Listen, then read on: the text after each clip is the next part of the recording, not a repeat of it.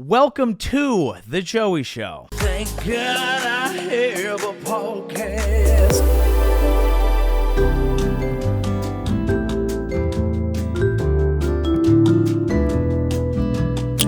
On today's episode, I am joined by Mark Gagnon. Very fun guest. Mark and I go way back from opening for Andrew Schulz, but Mark has been doing some awesome stuff. He launched the Camp Gagnon podcast. He's also on the Flagrant Podcast. So we talk about both of those. If you listen to Flagrant, you don't get to hear a ton about Mark. You'll hear more about him in this episode and kind of how he came up and how he thinks about things. It's a really fun interview. And we have some fun stuff on the back end, as always, at The Joey Show. So if you stick around at the end of the interview, monologue today from the banks of a river.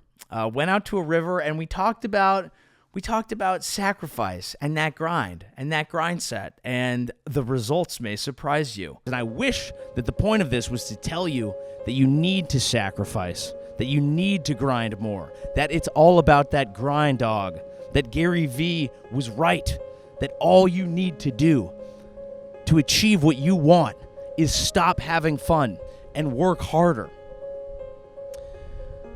But I don't think that's right. And then a little fun something at the end. If you stick around for it, you'll see it. Something fun, something goofy. But let's get into it. Here's my interview with Mark Gagnon. Mark Gagnon, thanks for doing the show. What's up, Joseph? It's good to see you. It's great to see you as well. I'm trying to remember, when was the first time that we met? September 11th. Well, no, I don't think that was it. Oh. Do you remember? No. Actually, no, I don't. You don't? Actually, no, I don't remember.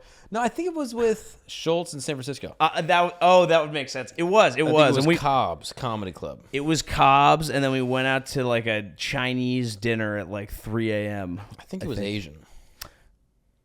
Yeah, no, it was Chinese. That's right. Yeah. No, it was. Now that I remember. See, my memory is so bad. But no, it was a Chinese restaurant. I never know what Mark I'm going to get. Yeah, me because neither, like you're coming over and I'm like, okay, either it could be when we're going out and we're getting fucked up and it's you just this curveball, you're just throwing me off-speed pitches all of a sudden.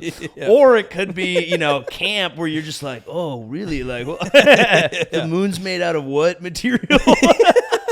What is it made out of, though? I don't know, dude. Do you have any idea? I heard cheese. Yeah, that's the old saying. Yeah. That's the old saying. So, yeah, we obviously go way back. It's probably like 5 years now. Yeah. 5-6 years. Yeah. Through a decade. Through the Schulz orbit. Yeah, exactly. Opening for him. I was always fascinated in how you went from, obviously you're on Flagrant, massive show, and then you launch your own podcast. Very different program. A very different program. I would say a brand shift. You think it's different? Yeah, I would say so. You think talking to UFO guys? You have like UFO experts. You have whistleblowers. Yeah. You have like, where do you even find these people? It's genuinely a mixture of just things I see on like Twitter and then YouTube. Like I just watch stuff. Yeah. I just like go through it and just watch stuff in my regular day, and then I'm like, oh, this guy's sick. Yeah. Or it'll be like topics. Like I Wikipedia stuff. You like, do. Do you go on Wikipedia wormholes? I actually used to, like, when I remember when I was searching for a job and I was just like younger and I was like trying to just learn stuff, I would just go on Wikipedia and just hit like random and I was just try to read articles, but I have not been wormholing on Wikipedia. Dude, you got to get back on it. I do. I think I do. If you want to know stuff, quote unquote, I would like to know more stuff. It's one of the strongest ways. Yeah. Now, I get into big Wikipedia wormholes, and then I'll just be on like some page where I'm learning about some shit. I'm like, oh, this is so interesting. Yeah. And then I go on Twitter and I type in that thing and then expert, and then I try to see if there's someone in New York, and almost inevitably there's like 8. Like you want to learn about like pre-colonization Sudanese art.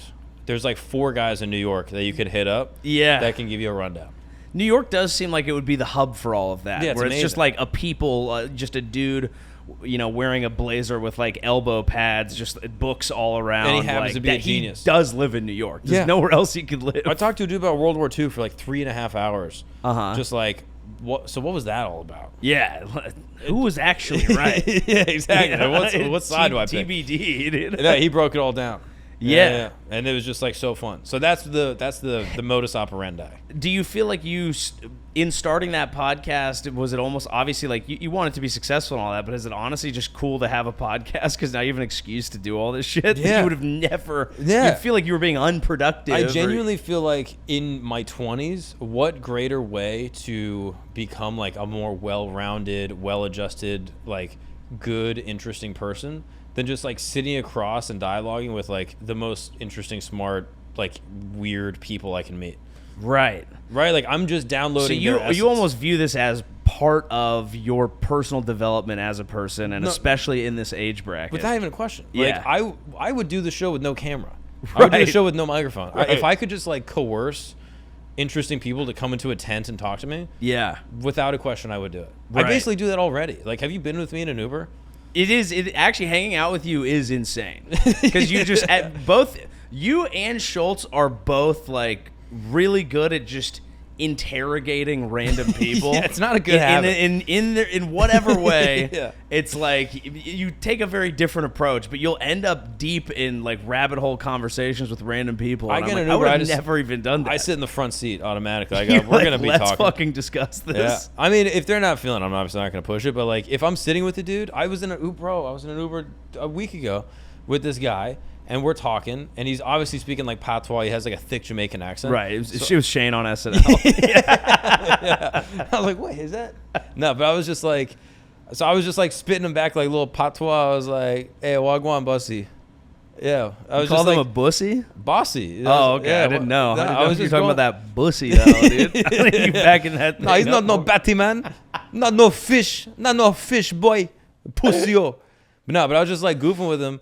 And then we end up talking for like 25 minutes. I stay in the car for an extra like 10 minutes after I get to my destination. He's a police officer in Jamaica in like the 90s and is breaking down the most insane stories, like just blowing my mind. And I'm sitting in this car and he's explaining it. He's so funny too. He's like charming, speaking like patois. It's just like, I was like, that's incredible. It's the best. And now imagine, and then I literally got his number. And Did you really? Yes. And I was like, do you want to like come on the pod? You should. But like that is the coolest thing ever. Yeah. So I'm like, yeah, I'll just do that until I die. I do love how that's kind of what Tosh is doing. Is like he started a podcast, but he's just bringing on like how weird is that? Random person. I feel so weird because I've always felt like you've always loved Tosh. You've always loved him. Huge, yes. And had like a weird like I've always had like I felt what I, personally was like a kindred connection. Really? Where I'm like we're both from Orlando. We both had religious family.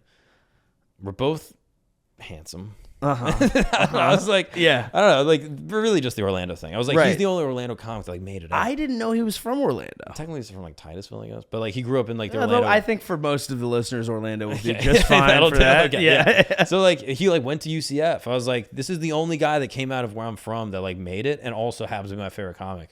And so I started doing this pod, and then he happens to do a pod where he's also just talking to like interesting people he likes. I'm like, is he your dream guest? Yeah, no question. Yeah, and I don't think he'd ever do it. I don't think so either, but I don't. You never know, though. Maybe you just should tell him that you're kindred spirits. Come into my tent. I think we're the same man. I think that'll definitely would backfire 100%. I think so that's bad advice. Yeah, I think you would definitely do it. Yeah. I don't know, dude. But yeah, I was just like, I just genuinely am like, this is such a cool thing. So as far as personal development goes, sitting there and talking to someone for hours, like I find myself thinking of things, or someone tells me things, and I'm like, oh yeah, that's what this divorce attorney I talked to for 3 hours said, or that's what this like war journalist said. Right. Like I'm just recalling things, and it's like, oh, where did I know that from? It's like, oh yeah, I talked to an actual expert. How long will you like? What's the longest amount of time that you've sat with someone? 6.5. With bathroom breaks. That's crazy. Yeah. 6. Was it the whistleblower? No, he was like 5 or something. Right. I think it was this dude Ian. He might have been 5.5. I can't remember. Did it really feel like 6 flew, or did you feel like you were pulling teeth at any point? No, I could have gone another 2. Like it was they had to leave. The thing is, like I intentionally try to construct the space that we're talking to not feel like time is moving. How do you do that? Because like right now we're talking. Right. There's a light on both of us. Clocks. Yeah. There's clocks. Like I see the clock. Like I'm acutely aware of like the camera, which is actually I don't think is a bad thing. It's a different vibe. Right. So I'm like, this to me is like, okay, be on. Like we're doing a show. Talk. Yeah. Like let's go. Did you hide the cameras? Partially, yes. Really? Yeah. And then I'm trying to hide them more. And not to make it like, oh, I'll plug in a photo of the studio because in case people haven't seen it, it is one of the coolest studios in podcast. I mean, it was in what? Was it Vogue? Yeah. They did a thing on it. I mean, which was kind of lucky. It came through like the Kid Super Connect, but all that shit's lucky. At the end of the day, it's still worth being in there. Yeah, and I mean, I think the only feedback I gave to you initially is I was like, you've built an insanely awesome space, and I only see it for the first like 5 seconds, and then but it is tough because like even obviously my setup sucks, but it works. But it's like when you're doing camera stuff, it's like, oh, I'd love to like showcase the whole area, but you're really supposed to just be close on people, which I actually kind of like. I don't know, like I grew up going to Disney. Yeah, like I grew up in Orlando, going to Disney all the time. Not all the time, but like enough as a kid that I was like familiar with world building. Right. Like you go and ride like the ET ride. The ride starts when you are in line. Right. You know what I mean? Yes. Like the whole thing is like this immersive experience, and it's not like, oh, here's the ride, stand on it. It's not a carnival. Right. So like I would try to keep that in mind in some capacity. Obviously, I'm not fucking Walt Disney, but like I'm like, as far as most like podcast sets that I've seen, you might be Walt Disney, and I know you hate the Jews. Yeah, other than political views, we have nothing else in common. Yeah. But me, Walt Disney, Henry Ford, the boys. Yeah, exactly. Yeah, they're great inventors. Okay? Yeah. No, but like I just wanted it to be like immersive. Yeah, and so like there's a lot of stuff in the studio that you never see on camera. There's like a treehouse in the room. I know you told me that, and I was like, how have I? If I'm the opposite, if I do anything that's mildly good, I've packaged it and posted it already. You'll see everything, which is it's smarter. Of any value. It's like that's a way better thing to do. But in my mind, I'm also like, it's kind of cool. Sitting on a secret treehouse. It's kind of nice to have a thing that's like, there's no. So much of my life is like, okay, let's fucking like do this and monetize it and get. And that is like, shitty. And it's kind of nice to have like, all right, this is just like some shit that I'm making that's fun that doesn't need to make money, and it's just cool because it's cool. Yeah. And you do gather something by keeping a little extra fun. My friend always was like, saying he was gonna get a tattoo, and it was gonna say like, climb a mountain, tell no one. And I thought it's a cool concept, but if you get the tattoo, you voided the principle of like the whole thing that you're doing. It's a little bit of a Kafka trap. Get that tattoo, yeah. But you can think about Very it. Kafka-esque. Yeah, Very you interesting. can't do that. Yeah, but yeah, it is. I don't know. It's just like fun to like have like a little world, and then like bring people into it, being able to be like, hey, this is like the world that we're in right now. Yeah, and it is. I genuinely think like creates like a little suspension of reality. I don't know. That's how it feels to me. Totally. Least. Like you're in there and there's no clocks. And that fits with the theme of it. It's called camp, and you're in a tent, and you want it to feel like a place you can get lost and tell stories. Those late night combos you have with your friends where it's like you kind of leave the bar and it's like 2 a.m. and you're sitting around like a shitty plastic table and like you're ripping cigs and like you're kind of buzzed and you're talking, and it could be 7 hours or like an hour and you don't have no concept of how long it's been. Yeah. That's what I want it to feel like, and that's what it does feel like in the room. Yeah. That's funny. I thought you were going to go with like more of like a wholesome like summer camp angle, but you went like ripping darts like with the fellas fucked up. Well, that's what it is. Like, well, that was a lot. I mean, the only other time you've been here was basically that. Yeah, exactly. You and I, we went and did a bunch of shows, and then we met up with some random people, ended up in a conversation with random people at a bar, came back here, just talked till like 5 a.m. And it could have been an hour. Like, you know what I'm saying? I have no idea how long it That's was. the beauty of it. Yeah. Like, human connection. I'm like, dude, this is the best shit ever. Yeah. So, yeah, I'm like, I'll just do it forever. It was 2 people. It was Rogan and Dak Shepard.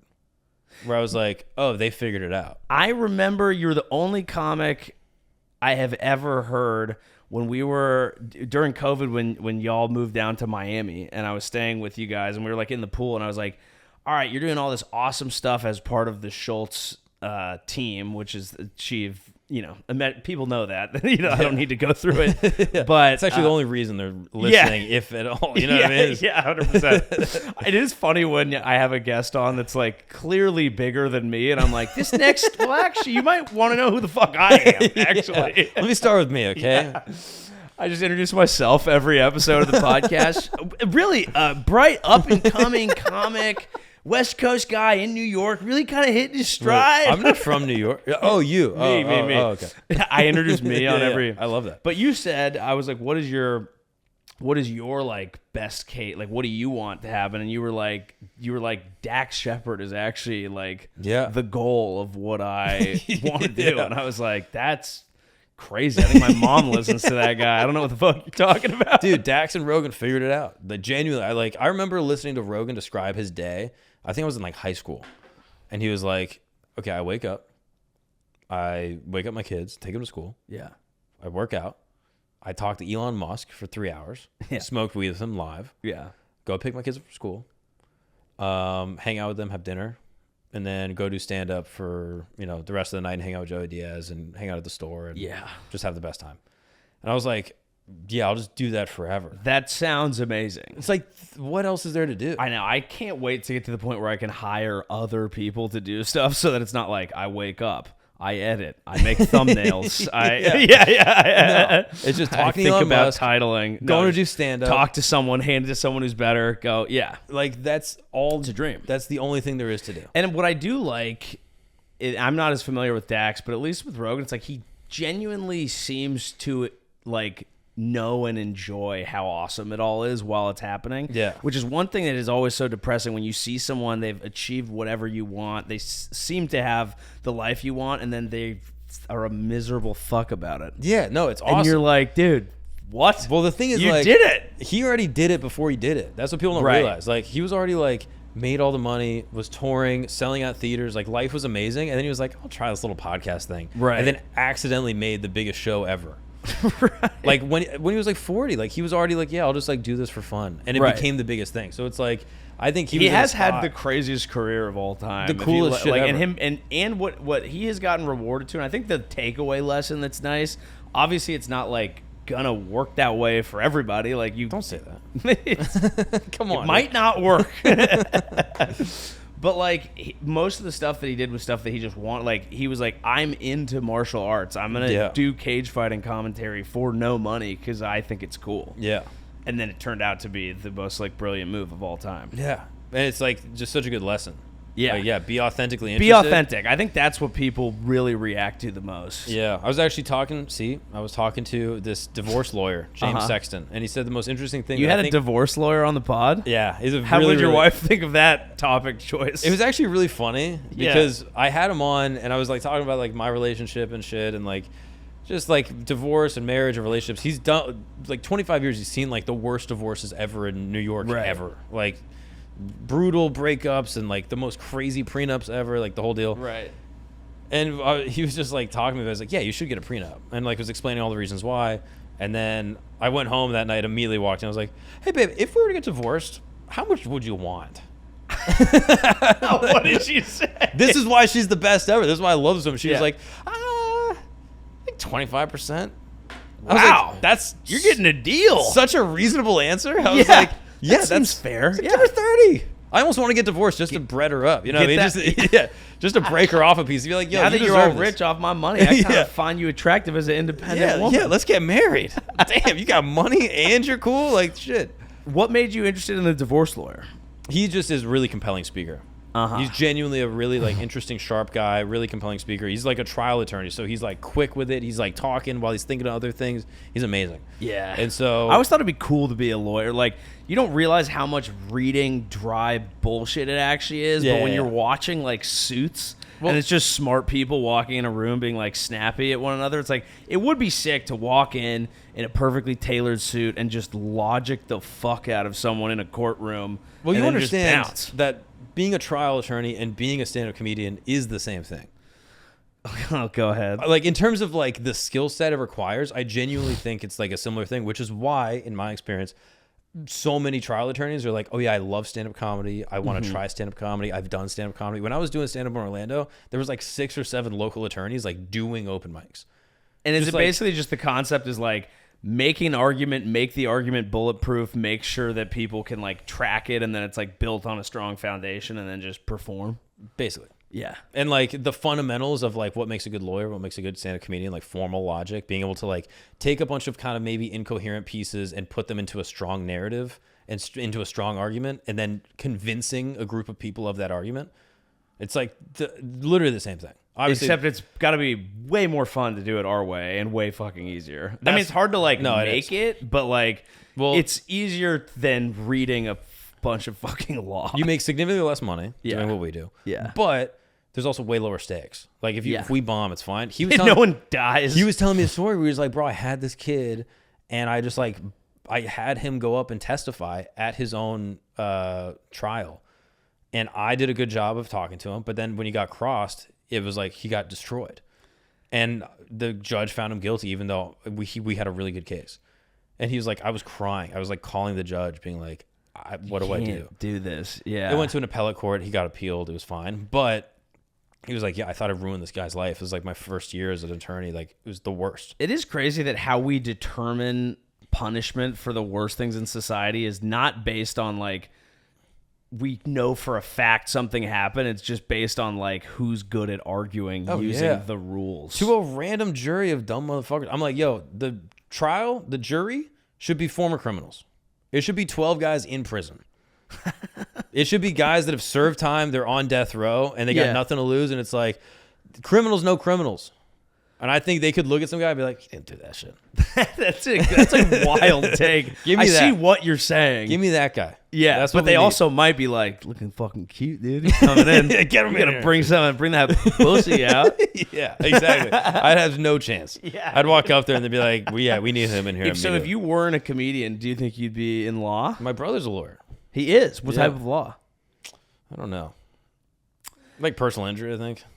You think? I'm not positive. I'll be honest. How many siblings do you have? 6 siblings. Oh, yeah, that's dude, right. my You've parents- got a large. Yeah, you don't need to know what type of They had lawyer sex he is. 7 times. That's pretty crazy, dude. Yeah, That's dude. pretty wild. But I bring up this divorce attorney because he said this thing that I thought was so apropos. He was like, the biggest problems in any relationship, the reason why people get divorced, the reason why relationships don't work out is the fundamental reason why people's, why they can't make decisions in their lives. And he was like, the 2 biggest things a person needs to figure out is, what do you want? What do you truly want? Mm-hmm. And how do you truly express it? And I was like, that's a very interesting. And he's talking about that in terms of a relationship or just in terms of your life? In terms of your life. Yeah. But it's fundamental to relationships. Right. And I bring it up because the authenticity thing we're talking about with Rogan, where it's he knew what he want, and I think he truly knew how to express it. Right. And as a result, created this brand new thing that changed the world and changed his life, certainly. And I think about that with me, where I'm like, yeah, what do you truly want? Do you want to, for example, there's a lot of comedians where it's do you want to be a really successful comedian or do you want to be famous? Right. Do you want to be a really successful comedian or do you want to be rich? Do you want these things or do you want this other thing truly? Right. And then once you identified what you truly want, how do you express it to the world, to your wife, to the people around you that would actually matter? And I just think about it all the time. Wow, it's actually a really... It's really important, and it's so easy to live your entire life not doing that. Because it's not that hard to just end up in a scenario where it's these are my obligations, this is what I have to do, I'm doing this job because this was the first job I got, which led to this job, and then you just feel like you're stuck doing something. Yeah. Even, I feel like when you start off in stand-up, you finally get representation or something, and they're like, so what do you want to do? And you're like, I was just ready to grind for the team, I thought you guys were going to tell me what to do. Yeah. But you're not going to get anything unless you be loved by my parents. Yeah, That's well, that is off the table. Yeah. You're my agent. You have 6 siblings. They can only love you a bit. Tasha's a joke like that where he's like, wait, the Octomom is going to tell her kids, I love you all the same. Really? I can believe a 2-way tie. Yeah. An 8-way tie. Yeah. You think there's going to be all right, the Duggar family? You think they're going to be able to tell all of them? There's no way. You've never been in a room with 7 people and not been I want to sit at that table. There's just no, it's not possible. Yeah, there's 2 open seats and you definitely have a preference. Yeah. That would be really depressing to be a parent and you're just at family dinner and you're oh, fuck, I got seated over here. Yeah, no, I definitely... Between Tweedledee and Tweedledum I literally think that happens. I bet you that happens. It's got to. Have you asked your parents about it? Yeah, they kind of give me some humdrum where they're look, we hate all of you. I'm all right. That's beautiful. Sorry. That's kind of beautiful and believable, too. Yeah, it's extremely believable. Yeah. I just want you to leave, okay? Yeah. That's all we want. Where are you in the order? I have one younger sister. You have one younger sister. So you're 6 or kind 7. of baby. Kind of baby. Yeah, right at the very bottom. How old is the oldest sibling? 40-something. Wow. Yeah. Who are you closest with any of them? Yeah, it's interesting. Like, I think the closeness is like context dependent. Yes. So like my 2 older brothers, when I was a kid, like I didn't really kick it with them that much. Like when I was born, my oldest brother was like 20, and my other brother was like 19 or something. Like, that's nothing different. to do with these people. Yeah. But now that I'm older, I'm really close to my brothers. Kind of on like just dude vibes, like Just dude vibes. yeah, let's watch UFC and like smoke stogies and like and kick You're it. a sick guy, dude. Yeah, you love like- some cigs in a conversation, don't Dude, you know me. Yeah. I'm like, yeah, let's get some IPAs and a fist fight. Like, hello, I'm here for it. You're either like only drinking water or down to get fucked up. I never know where you're at or what I'm gonna get out of That's you. the thing. My emotional state is extremely consistent. Where Yeah. I'm never that happy, I'm never that sad. I'm just sort of kind of riding a very consistent wave. But when it comes to substances, it's always like, now is the time to go. Yeah. And then most of the time, it's like, yeah, we're just doing water and element. That's smart. Salt packets. Yeah, that's good. I'm easy to get to drink. No. I remember you rattled me once. We were doing a weekend in Sacramento, and you were like, you were probably like 23 at the time. Does that sound right? Like Sure. age? You're like a young kid. Yeah. And you were just like, yeah, I'm not drinking, and I like don't jerk off or anything. And I was just like, what the fuck does he mean? Yeah. Why is this 23-year-old like dunk? I was like, what are you, a shaman? Like, what monastery did you just join? I was like, I thought we were comedians on the road. I thought we were gonna drink and jerk off in the tub. Yeah, I thought that was like the whole idea. gentlemen. Yeah, We're gonna do butt chugs and then we're gonna jerk each other off. That's like the whole thing. And now you're doing none of them. Yeah, I was like, what is this? Yeah, no, it's not a good. It is good. No, I think it's good. It's an insane. I think that is like the tale of my life, is just constantly torn between like what's awesome Yeah. and doing what I think is hard and probably correct. Oh, that's true. That's my battle every day of every week. Yeah. Every like Monday, Tuesday, I'm kind of like, a little like, bouncing back from the weekend and just kind of like, oh man, this sucks. And then like really dial in, like workout, everything. And then by like Thursday, I'm like, okay, I feel good. I deserve it. I honestly, I'm stressed. I'm working pretty hard. Now it's time. Like, I deserve a little break. This now. is the problem, is you're not Catholic enough. That's the thing. I don't deserve anything. I deserve nothing. So when I'm working hard, I deserve to burn in hell. And the fact that I'm not in hell, I should be grateful. Okay. So Do you feel like you got that? I genuinely feel like it's in there. Where Really? I have this whoop that tells me how long I've been sleeping. I gotta be honest. I love my sleep data. Do you have one? I don't have the Whoop, but I have an Apple Watch, and it'll show me like my REM sleep and whether I'm awake. Yep. And I like it because sometimes I'll like wake up and be proud of myself. Like I take the version of me that played sports and I bring my competitiveness to sleeping. Exactly. And like I'll wake up and I'll be like, 7 hours is not good, Avery. That's not enough. Yeah. We want to grind harder It's than such that. a dumb tech bro I love attitude. a good 9, dude. Yeah, I dude. like a 9. So 9 this is what was done to my brain, is that Yeah. I'm like, okay, I could go out. And for example, the other night I called but I you. never apply it on weekends. On weekends, I go, well, it's Friday, Saturday night. I'm gonna pussy. I'm gonna go have a good time. I don't deserve it. You don't deserve it. I haven't done anything. I just like it so much. I love. Yeah, we it's all what you love talk it. about. I love that just that moment where you're just maybe saying nothing profound, but just sitting at a table, just yelling at your friends. Yeah. For Finding for, new ways to insult them. Yes. They're like, oh, I never even I thought love of that way to that. hurt his feelings. My favorite thing, like New York is great, and so I go out a lot. But when I'm with my friends from home, it's like we go to a house, Yeah. and drink like 15, Yeah, and of course. just like scream at each other. That's the best And it's thing. Awesome. But then, how bad do you sleep? And then the next day, you feel kind of out of it. But I and have it all is a whole ripple. But see, I've been doing it so long that that's just how it's just par for the course. It's like when I wake up on Sunday and I'm like, woof, I'm like, yeah, a little banged up, and then I'm like, okay, well maybe Sunday night, maybe I'll have like a glass of wine so I can feel a little more chill. When you feel banged up, I wake up and go, I'm not taking this seriously. what do you think you're not taking seriously? My life. I genuinely am like, I'm just throwing it away. I have all these opportunities. I have such a great like circle of like friends and support. I'm just like not. You feel like you're throwing it away when you like go out and have fun, kind of. But what if you don't miss anything that you're supposed to do and you like? But there's always something I never to miss. do.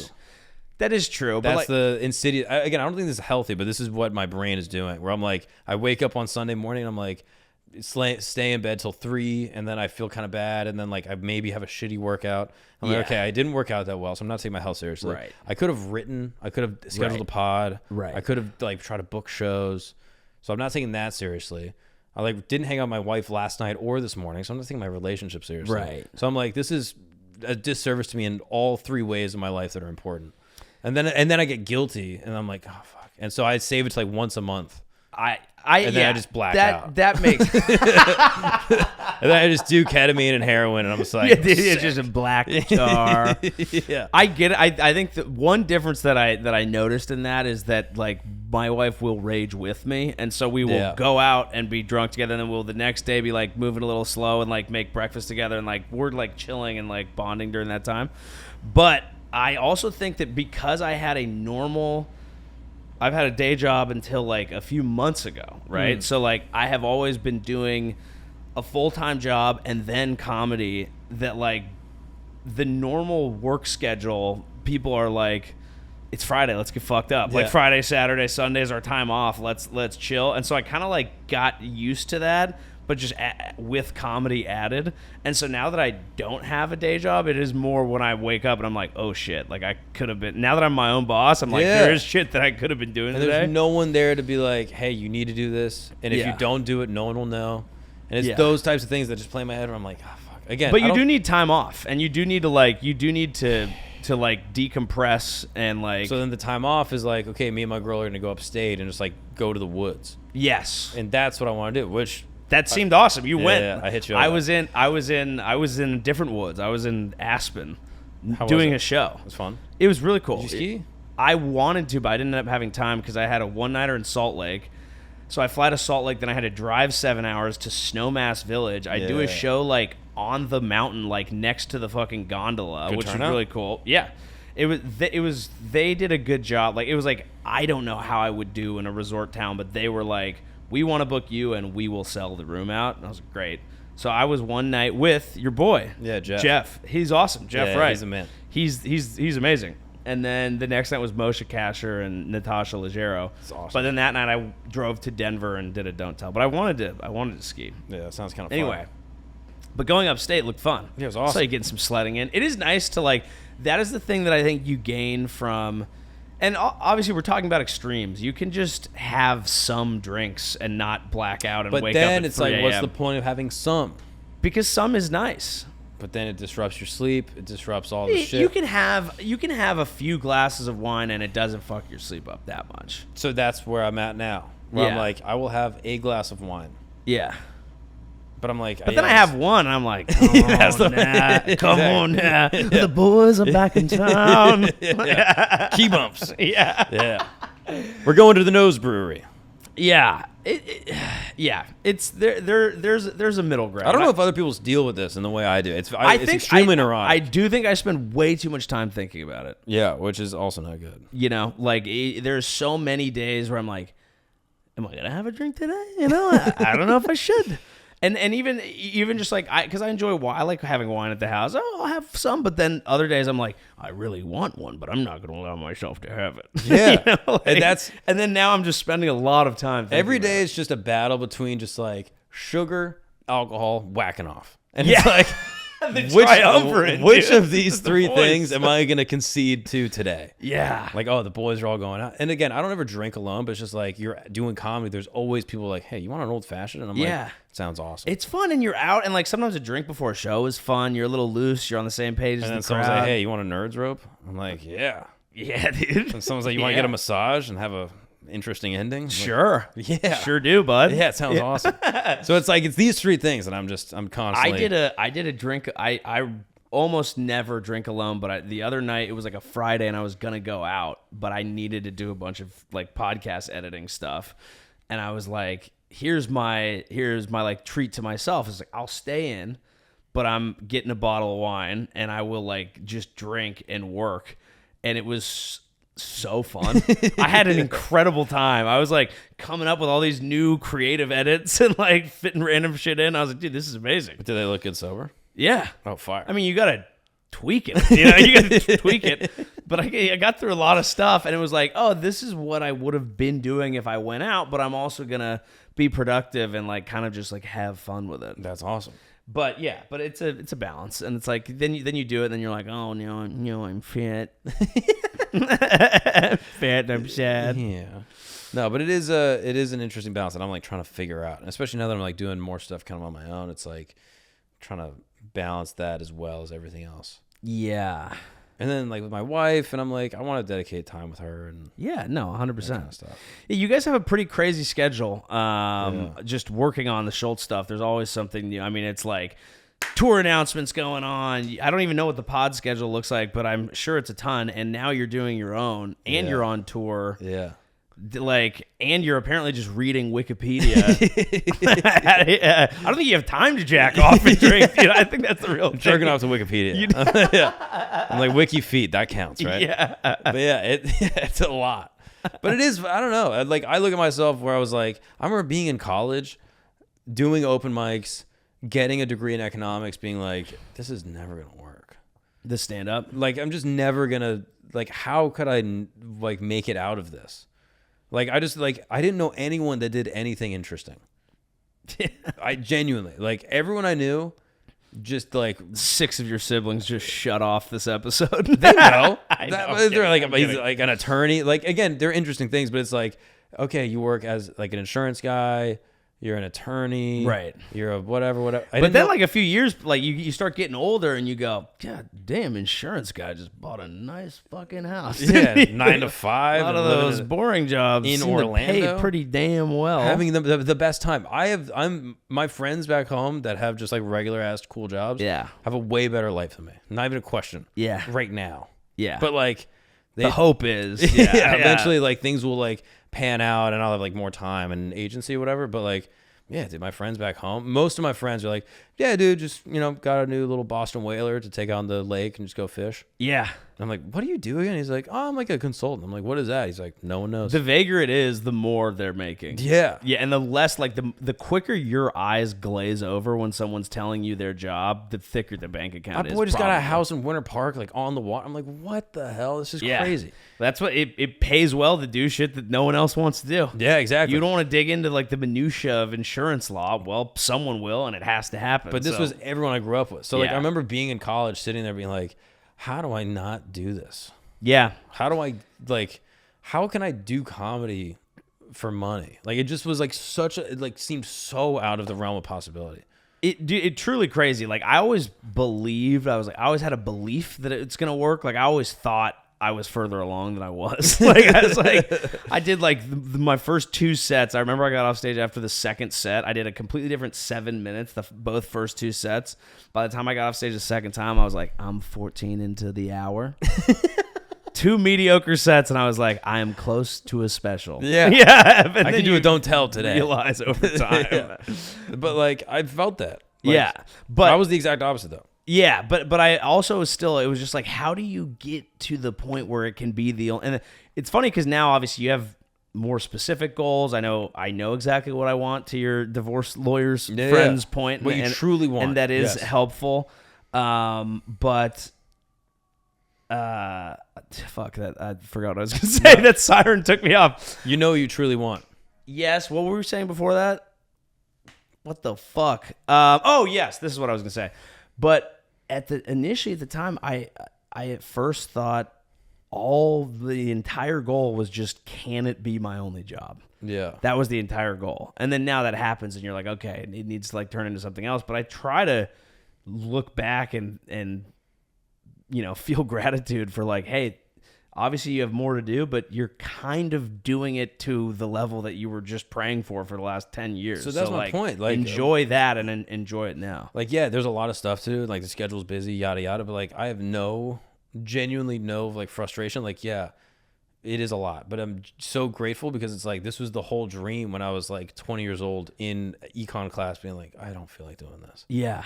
Like, if you told me when I'm 20 that everything's a lot and everything comes with its own stress. Like, there's no nothing that talk to a dad with 3 kids. He's gonna be like, yeah, it's a lot. Yeah, but it's also the greatest. But I thing love ever. them, and that's the same thing. Yeah. So it's like, yeah, it's a lot. But if you tell me when I'm 20, like, yo, you're gonna be on tour with one of the biggest comics ever, doing your own show that it's all stuff that you specifically went out and started doing too. Yeah, it wasn't like the stress is all stuff that you very specifically perfectly did. self-inflicted. So it's like, yeah. I'm not gonna bitch about it. You started working with Schulz because you opened for him in Orlando, and then didn't you just say like, hey, I can run your merch, or what was the initial thing? I basically I opened for him. We went out to IHOP till like 5 a.m. Yeah, and just like talked great shit. diner guy. Me, him, and Alex, and just like had a great time.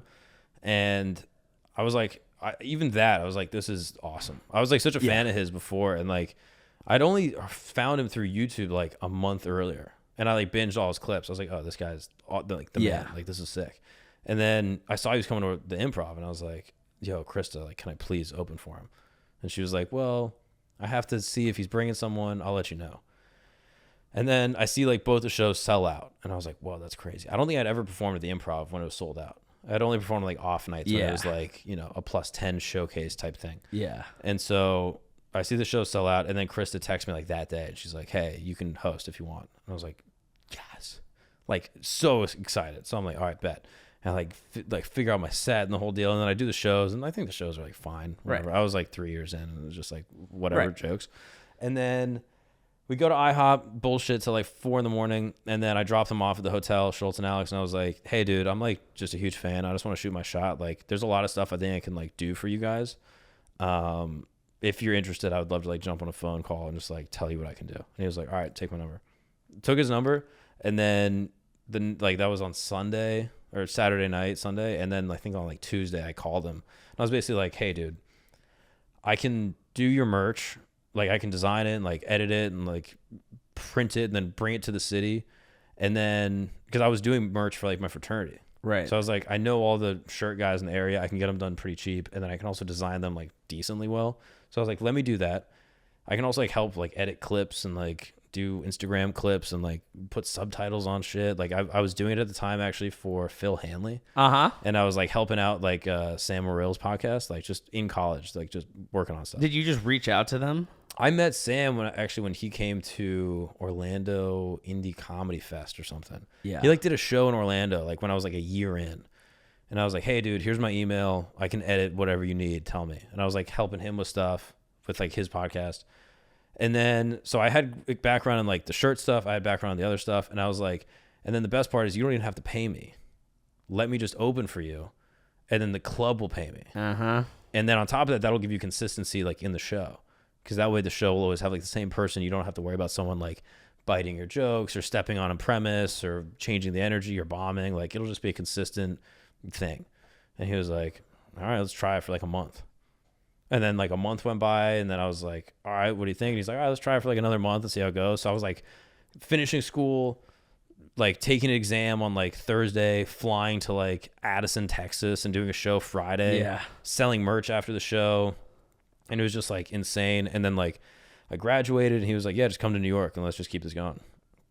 That's unreal. I love it because I think that the thing that I always try to impress upon younger comics, so I think it's relevant to kind of whatever you're doing in life, is there's so many people that, and I know for a fact tons of people hit him up and be like, yo, if you ever need help with something, like, let me know.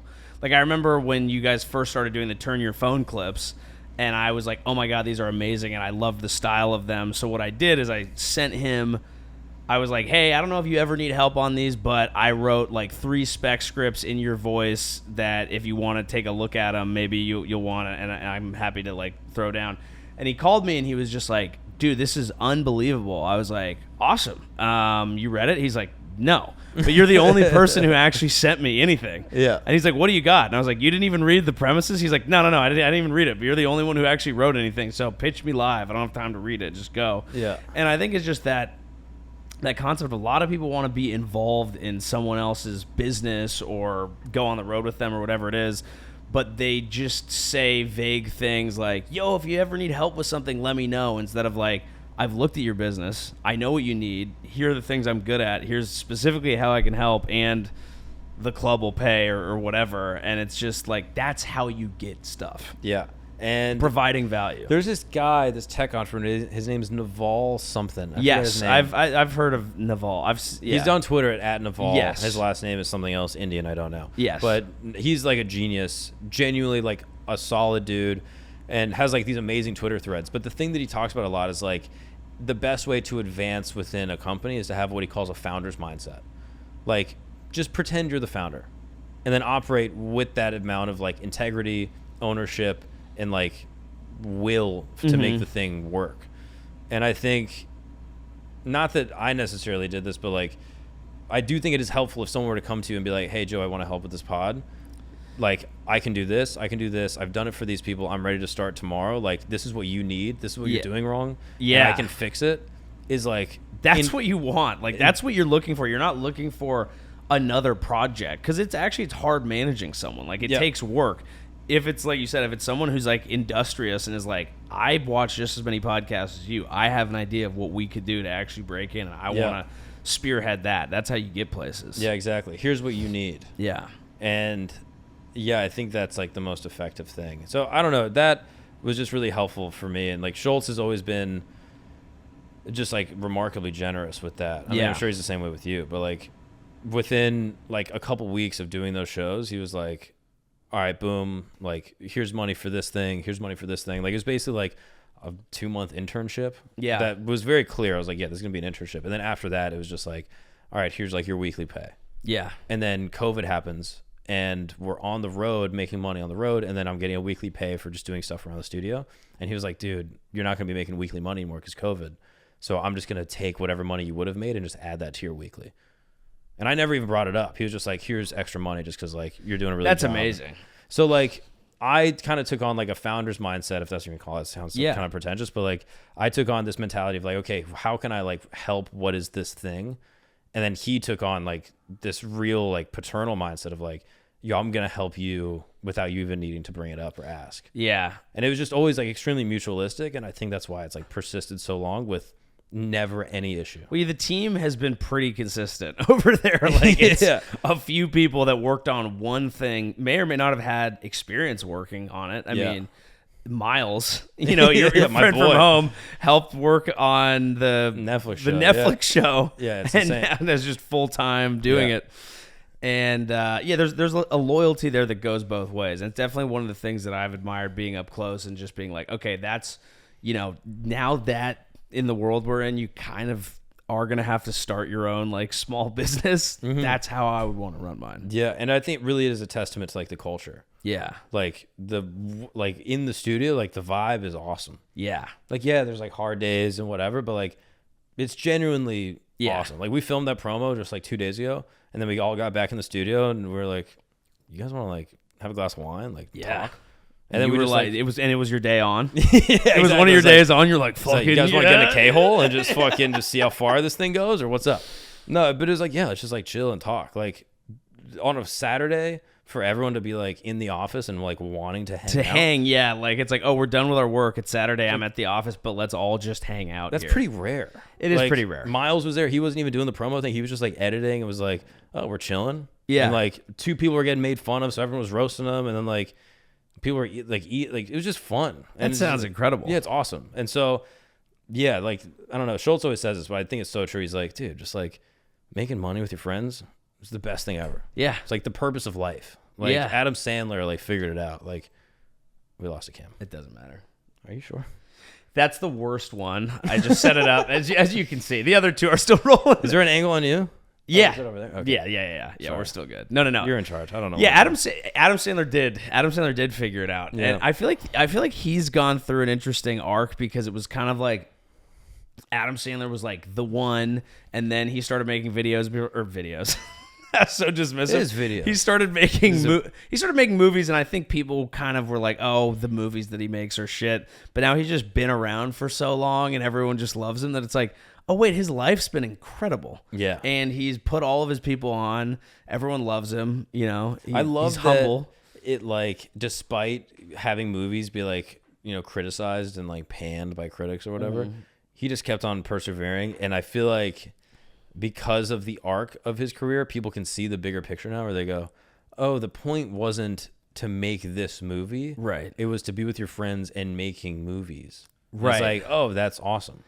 And that part is awesome. If the individual movie is not great, it's like, it's okay in the scope of the whole world. It does help that he's made some things that were like objectively good.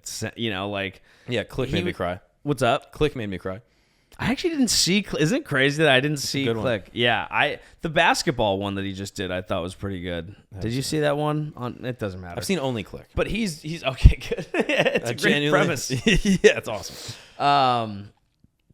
Yeah, I think it's the authenticity, the long scope of his career, and then also I think with everyone there's a phase where they get popular and there just is backlash and people just try to take them down, but then you wait for a period of time and then eventually people like forget about that and just go like, oh, we love them. Yeah, dude, we were talking about this with like Taylor Swift, like. She takes so much criticism. Yeah. An insane amount of criticism. Like, I feel like I get like 4 mean comments on a podcast. It's horrible. You're like, God damn it. Why did I look at that today? And it cuts me and it makes me feel bad. I'm Yeah. like, what is the point of this? And then I think about Taylor Swift. Like, Schulz was even talking about this on the pod, but he's like, the amount of shit she gets just for being a person. Yeah. And like, sure, there's things you can criticize anyone about, but like, she genuinely is like, seems like she's doing a pretty good job of just being like a good person. Yeah. And is saying, people are like, she just ruined the NFL. Like, the amount of like, the level of vitriol is like so great that I like commend her like mental fortitude to just deal with it. It's this really weird thing where it's like, if you want to be famous, that means you're going to be put in a lot of people's faces. And there's just a lot of people that don't want to see your face for a variety of reasons. They could be mad because their own life is not going well. They could just be like, stop. Yeah. Enough. I don't like you. I'm a football fan. Yeah. But Which is reasonable. I get that. It is reasonable, but it also got to an insane point where it was just like, I was just so many layers down the road with it where it was just like, okay, I'm like sick of like the backlash to the backlash to the backlash of this Taylor Swift being, it's like, of course they're going to show her. She's fucking famous. And everyone's talking about it all the time. And then people are like, oh, what the fuck is this? And Have you seen the impact? Dude, I saw this video. It was like these 2 guys, and it was like us watching the NFL Super Bowl 2 years ago. And it's like these 2 Chiefs fans, and they're like alone in like their den. And they're like, here's us watching it this year. And it's like them 2, and then like 30 women, like their nieces, their aunt, like the mom. It's like 30 people are now watching this because of Taylor Swift. Her impact I find on the that league, piece of evidence to be a little statistically anecdotal. it's not. It's not. It actually isn't. And if you actually look at the full data, you'll realize I don't know what I'm talking about. I actually do think it was the most watched Super Bowl ever. I think she has a lot to do with it. I think girls give a shit. My wife is like, dude, honestly, it's like a thing. Taylor's boyfriend is really good. Like, she's Yeah. on that wave. And it's like, yeah, if my wife, the most casual sports fan ever, cares, like, Yeah. I've personally, The and Super anecdotally, Bowl it's working. is stupid, and football is gay. Oh, why are you saying that, dude? Fuck the Chiefs. Why are you saying that, bro? Fuck Kansas City. Why? I feel like this is really personal that you've taken this. Oh, I'm not. It was a tough one. That was Yeah. a tough Niners loss. Flew all the way I mean, at home. least you weren't. Oh, you Flew were all the way back to the Bay Area. Was like at a party at my parents' house with like all my like family friends, and we're all Niners fans, and we were like feeling pretty good the whole time. And then, But how was it though? Like I was really glad. I mean, the it post would've- losing drinks are pretty good. Oh, dude, I was insane because we'd been boozing like hard like the whole day. Like Win, lose, we the booze, game's baby. probably at 3, probably getting it going like noon, you know, and then you're having a good time the whole time, and then it goes south, you know, all at once at like 8. And I put a tiny clip of it because I was filming it. I thought, oh, we're going to, like, if we win, this will be, like, fun for the podcast. I put a tiny clip of it at the end of episode 1, but I was filming a bunch of it. And it is insane to watch the vibe change. Like, I'll plug it in. A couple of my friends left, and after we lose, I'm sitting on the couch, and I'm just a zombie. And I'm just like, it's over. We lost. My friend, like 20 minutes later, my friends get up and leave. They're saying goodbye to everyone. I don't even stand up. I'm just like, Just reek from Dude, Game of Thrones. I was.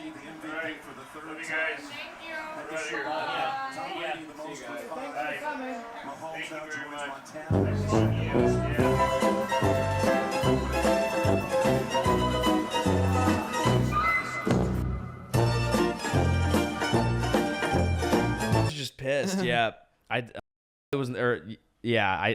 talked to my wife on the phone after, and she's like, "Do you still think all the players and coaches need to be put down like sick dogs?" And I was like, No. They tried their best.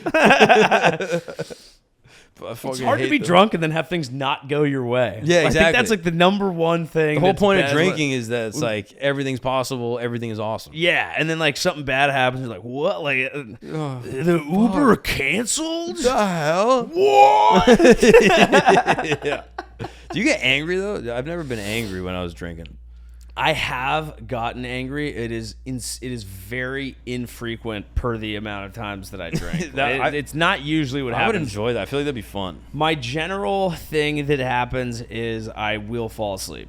Like I will just be like, it's time, and I'll fall asleep on a couch. I can just like zonk, yeah. Or I'll order McDonald's. Those are like the two things that happen generally. How many times have you ordered food and then fallen asleep and then woken up to cold food outside your door? Not many, because usually it's somehow like there's a part of me that it keeps alive that knows. Every weekend in college. Really? Dude, we would go to Porch. We would all walk back down like, what road is that? I don't even remember. Somewhere in Winter Park. We'd all walk back to like Kyle's place. Everyone falls asleep immediately watching like The Office. Like the amount of times I've fallen asleep to that dumb piano riff. Yeah. And then we wake up in the morning and there's Planet Pizza. Just like 8 pepperonis. Just all stacked up. And you're like, who's going to do it? And you eat it. All of us eat it. Yeah. Are you crazy? It's been outside. Like it's been cold. You know what I mean? It's not bad. Yeah. And then it's just sitting there on the front porch, just piled up. And everyone's like, who ordered it? Everyone's like, I don't know. Check your phone. We're having it. I had a legendary one. I had just broken my ankle. So I was in a boot. And I was booked on this show called Secretly Trashed, where one comic is hammered and no one else is. And then the audience is supposed to guess. And so I talked to the producers. I was like, how hard of a game do you want this to be? They were like, get smashed and make it obvious. Oh, you were the drunk. And I was like, got it. So I go to a beer Olympics with a friend. So I go, that's at like noon. Another friend of mine invited me to a crypto party in like the Hollywood Hills. So there's like free booze and Chipotle. So I'm like having this insane day. I show up to the show. They give me like 4 shots. I just rip them. I go on stage. I'm like threatening to hit people with my crutches. I had like an unhinged set. I tried to edit it together. It's like, it's insane. Incoherent. And I got home and I ordered McDonald's and I promptly fell asleep. But then I wake up at 4 a.m. and I was like, oh my God, I have it. And I like crutch out. I collect the McDonald's. I realize I have a bottle of wine. I pour up some natural wine and some McDonald's at 4 a.m. Start watching the like F1 doc and text one of my best friends who's a huge F1 fan and always awake. And I'm like, what are you doing? He's like, I'm up. And I was like, let's chat. Just like had like a FaceTime and drank wine and sounds like an awesome F1. day, actually. It was incredible. Yeah. Yeah, it was really nice. Yeah. And McDonald's keeps. There's so many chemicals in that. You can leave that for a few hours. It's That's not a problem. borderline better. I mean, the fries fall apart, but everything else is actually kind of better. The flavors kind of like settle in. Yeah. No, I actually am a believer in that. I'm kind of big on leftovers. I do like a solid leftover. What do you mean? Just like do you think it's better? Yeah, like anything my wife makes, I genuinely am like, it's fire the next day too, and you're like maybe being a little less precious about it. So you're like, let's add some hot sauce. Yeah, exactly. So, exactly. No, I love it. Do you cook ever? I'm so bad. Genuinely bad at cooking. Bad at all domestic activities. And it's not. But yet you built an entire like. The thing, because we were talking about your set earlier, the thing that blew me away is I mean, it looks incredible, but the fact that I was like, who like built and designed this? And you were like, I did. Do you know how to build things? Well, like, so for example, like the deck, like my buddy Chris built it. And so he like created the deck. And then like the treehouse, my buddy Chris like put the treehouse up. Yeah. But then as far as like decorating it, it was like my wife and I. Yeah. Just like kind of like going upstate and like getting pieces and like putting it together. But that is like a set. And I never looked at my home as a set. I looked at my home as like the place where I live. Right. So the idea, like, I'm chilling. Yeah. Yeah. So like I'm like looking up like, which it probably would work both ways, but I'm like looking up like reference pictures. And I'm like chat GPTing like guy in the woods for 20 years surviving. Right. And like, what does that look like? And there's like pots and pans and all like, it's like, oh, okay. So I'm like envisioning it through that. Yeah. But my home, I'm never like, young white couple in their 20s like, so I don't know. You're like, why am I on Pornhub? Yeah, exactly. But you know, if you decided that you were like, I really want to cook. It Yeah, of is the course. same exact process. It's No, 100%. literally like The the reason- salmon dish and this cool thing, and then you get into it. The reason I'm bad is because my wife is so good. Right. You don't need She's- to. Loves cooking. Yeah. She's She's a genuinely good cook. She loves it. She's a great cook. She has like all grandma's recipes. Her grandma was like 100% Costa Rican, so she would make like ropa vieja and like all these like amazing dishes, and just like loves it. She loves like seeing me eat. It's like very like Costa Rican has got to be one of the least mentioned like indigenous populations here. I don't think I've seen They're anyone pretty be chill. like, I'm from Costa Rica. they're chilling I've pretty been hard. to Costa Rica. Costa Rica is awesome. Have you been? Yeah. We're there fucking sweet. last summer. It's like visiting all of her family. Her family's still there. On her mom's side, she still has a bunch of family still there. Wow. Yeah. And they're just the most chill. Costa Ricans are remarkably chill. Yeah. It's because they're by the beach. Having a great time. It's Yeah, a blue it's zone. like- it's- I'm pretty sure it's a blue zone. It makes sense. Yeah. It's all, I mean, I haven't watched the Blue Zones thing, but it's generally what, like, Mediterranean diet, near water, good outdoor, and like they're usually like the least stressed groups, and they just spend time with their people. Type shit. Yeah. Yeah, Costa Rica is interesting. No standing military. All of like their military budget, or what would be, is like invested into like public education. Yeah. It's like kind of a vibe. Yeah, you have to be in a setup to do that, but Yeah. No, it's like geographically they have. because I think if the anyone things. like wanted to take Costa Rica, people would just be like, "That's not cool, man. yo, like chill, bro. just chill, Yo, like, just chill." yo, why don't you like back up a little bit? They also know like what would their army be doing. You know, it's not like Well, everyone else has armies. You don't think about it. Like Madagascar probably got an army. probably For what? For why, dude? Yeah, I mean, Like, what are you worried about? I don't think either of us really know the geopolitical history of Madagascar. Shit could pop off down there. I know virtually nothing. I think they make a lot of rubber, and that's it. How do you know that? I have no idea. I also know Liechtenstein's the biggest exporter of fake teeth. I don't know why I know these things. Wait, really? Look it up, dude. I don't know why. I go on Wikipedia, it gets downloaded in weird crevasses in my brain, and then it comes out. Yeah. The brain crevasse. Yeah, dude. Mark Gagnon's It's a weird brain time, dude. I crevasse. don't know why. That is how it is. Liechtenstein's the biggest exporter of teeth? Yeah, fake teeth dentures. Yeah, Fake teeth. yeah. Wow. They have the market cornered. Portugal makes the most cork. You're actually really good at I don't know You're why. an import-export guy. Yeah, dude. Big GDP, dude. That's interesting. Yeah, yeah. So is the dream for you have camp, work out, and you just get to talk to whoever you want, basically? And Every week, do your just like- touring on stand-up? Wake up, hang with my kids, talk about the world, Yeah. teach them the life of what it means to be a good conservative Christian, Yeah. and then drop them off at like. Honestly, they'll be homeschooled. That's like the dream. No, really? Not even a question until like sixth grade. when Were they you need to socialize. homeschooled? Until sixth grade or fifth grade? I guess. I can't Fifth remember. grade. Yeah, And homeschool until fifth you grade. like that? Yeah, it was awesome. Why? Because it's like, okay, first off, how much school do you need to do in a day? Like a kid, a fourth grader, a third grader, they're going to school and they're spending like 9 hours. Yeah, I always remember it was kind of about like Doing what? recess and like trying to like talk to girls. So do that most of the day. So I'm like, what I would do is, like, for me at least, I would go and do like work with my mom, and Yeah. like she would go run errands, and I would just like kick it with her and talk. So I'm like just talking one-on-one with an adult all day, and she's like, "Do you believe in God?" And I was like, "I don't know." I was She like, hit you with that? I thought you would be asking her. it's going back and forth. Yeah. And so I'm like reading books, and like I remember reading about like the Watsons go to Birmingham, and we're reading about like civil rights, and I'm asking my mom, I'm like, "Mom, why was there a bombing at this church in Montgomery?" And she was like, or in Birmingham, and she was like, "Well, there was a lot of racist shit," and like we're talking about civil rights, and so it's like me and her just like interlocuting about the world. And then word. that's what it was. It's like Yeah. literally Socratic, like me just like walking around at Home Depot healing behind my mom, just like talking about shit. And then I would go to like do math, and I would like read more books, and then I would just go play in the woods with my buddy. And then it was like the chillest thing ever. I'd go play soccer for 2 hours like outside. Yeah, well, this has completely informed who you are now, because all you want to do is like get in the front seat of an Uber and figure out what that person's deal talk is, shit and go play in the woods. and like, go that's- play in the woods, which is the podcast. It literally. Yeah. It's like that was my whole childhood. Yeah. Like that's all I wanted to do. So I knew like Sale, my buddy lived across the street. He'd be out of school at 3. So I just had to like kick it with my mom until then. So I would like hang with her, talk, read books, do math. But you were able to have like I feel like the main thing is, do you feel like you had a good enough friend group? I was playing soccer every day at like 5:30. Yeah, So, I think like- that's the key. I had soccer practice since I was a little kid. And what does your mom do for work where she was able to She was a nurse spend for that many time? years. She's a nurse and then stopped being a nurse and just raised us. Oh, wow. Yeah. And did she do that for all 7? Pretty much up until a certain age. Yeah. Up until like 5th grade. And then I went to school and like transitioned in pretty seamlessly. School was like mad easy. Yeah. And then it slowly got harder. Like I could feel it. I could feel myself like regressing.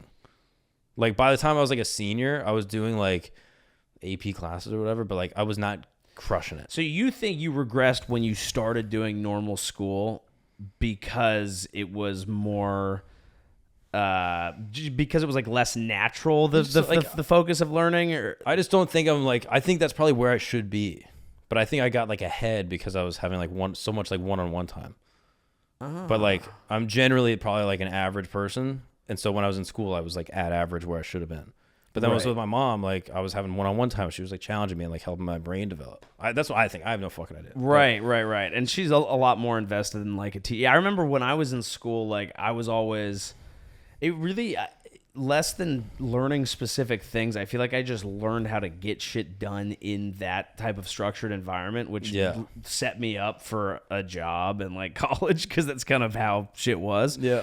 But it was just like, I remember I would always be trying to do the previous class's homework in the next class that I was in. Just being like, I just want to get this shit, whatever needs to get done, I want to get it done now. Yeah. And I'm not listening. I could not listen. I could never listen. It was so hard. Dude, but I could read the books and take the test. If I had a study hall, I just would never do homework. Yeah. I'd be like, oh, I have a study hall, 3rd period. Yeah. So that's just where I do everything. Yeah. And I just would never, like that was the worst thing that could ever happen to me. Because I'd be like, okay, I have a presentation in 5th period. I have a test in 6th period. And then I have some other shit in 7th period. I'm doing it all during study hall. Yeah. And so that was just like every single day. But I don't know. I was always on the homeschool way because I thought that shit was fire. And then my mom gets to like tailor what I talked about. If I showed it, I expressed an interest in like philosophy and religion. Yeah. And so she was like, let's talk about the Reformation. And then we talked about the schism of the Catholic Church for a while. Yeah. Talked about conspiracies. Yeah, yeah. Now we're cooking. And it was just what like, type of conspiracies? Dude, everything. JFK's assassination. Like my mom was like, some people were like, "Oh, JFK's assassination." My mom was like, Lincoln's assassination was fake. Like she was beyond. Like she was on like next level shit before you could even. That is kind of a crazy teacher to have. No. Yeah, it's insane. Yeah, but it's also like now I'm over here. Did it make you think, "Oh wow, I'm learning these things as facts," or do you think it made you just more critical in how you thought about it?